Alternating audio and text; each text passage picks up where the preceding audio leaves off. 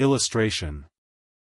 With no greater events than these in the Longbourn family, and otherwise diversified by little beyond the walks to Meryton, sometimes dirty and sometimes cold, did January and February pass away. March was to take Elizabeth to Hunsford. She had not at first thought very seriously of going thither, but Charlotte, she soon found, was depending on the plan, and she gradually learned to consider it herself with greater pleasure as well as greater certainty. Absence had increased her desire of seeing Charlotte again, and weakened her disgust of Mr. Collins.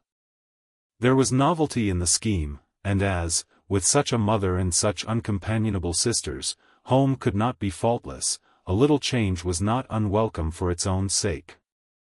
The journey would, moreover, give her a peep at Jane, and, in short, as the time drew near, she would have been very sorry for any delay. Everything, however, went on smoothly, and was finally settled according to Charlotte's first sketch. She was to accompany Sir William and his second daughter. The improvement of spending a night in London was added in time, and the plan became as perfect as plan could be. The only pain was in leaving her father, who would certainly miss her, and who, when it came to the point, so little liked her going, that he told her to write to him, and almost promised to answer her letter. The farewell between herself and Mr. Wickham was perfectly friendly, on his side even more. His present pursuit could not make him forget that Elizabeth had been the first to excite and to deserve his attention, the first to listen and to pity, the first to be admired, and in his manner of bidding her adieu, wishing her every enjoyment, reminding her of what she was to expect in Lady Catherine de Bourgh, and trusting their opinion of everybody would always coincide, there was a solicitude, an interest, which she felt must ever attach her to him with a most sincere regard, and she parted from him convinced, that, whether married or single, he must always be her model of the amiable and pleasing. Her fellow travellers the next day were not of a kind to make her think him less agreeable. Sir William Lucas, and his daughter Maria, a good-humoured girl, but as empty-headed as himself, had nothing to say that could be worth hearing, and were listened to with about as much delight as the rattle of the chaise. Elizabeth loved absurdities, but she had known Sir William's too long. He could tell her nothing new of the wonders of his presentation and knighthood, and his civilities were worn out, like his information. It was a journey of only 24 miles, and they began it so early as to be in Grassetchett Street by noon. As they drove to Mr. Gardiner's door, Jane was at a drawing-room window watching their arrival. When they entered the passage, she was there to welcome them, and Elizabeth, looking earnestly in her face, was pleased to see it healthful and lovely as ever. On the stairs were a troop of little boys and girls, whose eagerness for their cousin's appearance would not allow them to wait in the drawing-room, and whose shyness, as they had not seen her for a 12-month, prevented their coming lower. All was joy and kindness. The day passed most pleasantly away, the morning in bustle and shopping, and the evening at one of the theatres. Elizabeth then contrived to sit by her aunt. Their first subject was her sister, and she was more grieved than astonished to hear, in reply to her minute inquiries, that though Jane always struggled to support her spirits, there were periods of dejection. It was reasonable, however, to hope that they would not continue long. Mrs.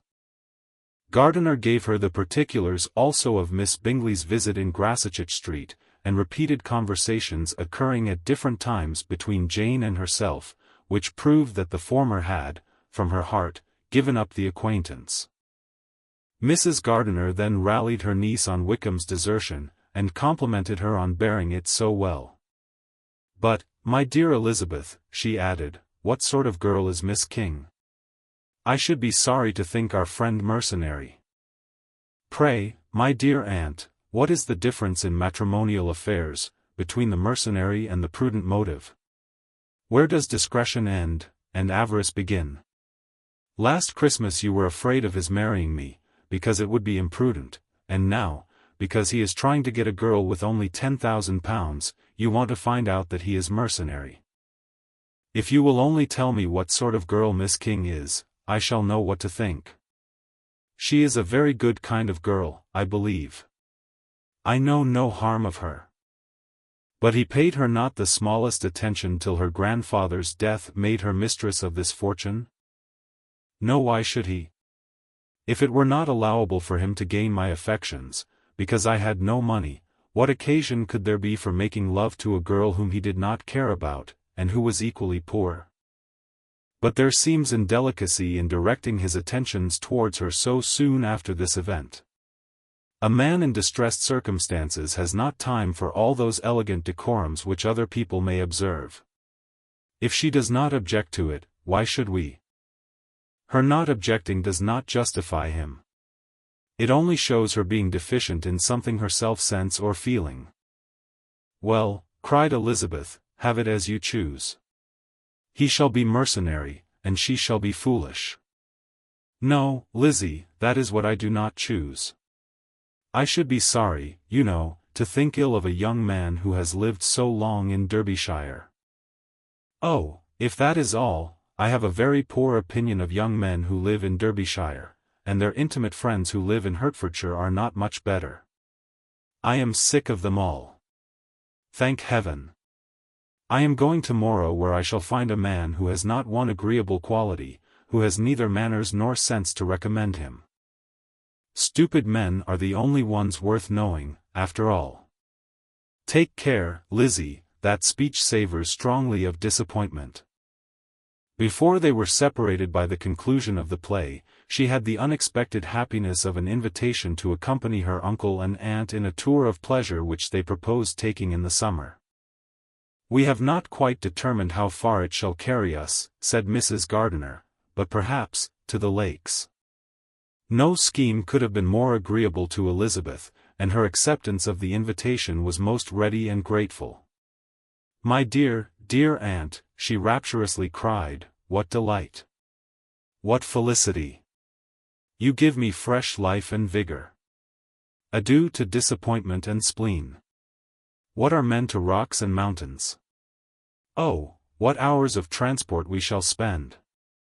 And when we do return, it shall not be like other travelers, without being able to give one accurate idea of anything. We will know where we have gone, we will recollect what we have seen. Lakes, mountains, and rivers, shall not be jumbled together in our imaginations, nor, when we attempt to describe any particular scene, will we begin quarreling about its relative situation. Let our first effusions be less insupportable than those of the generality of travelers. Illustration. At the door.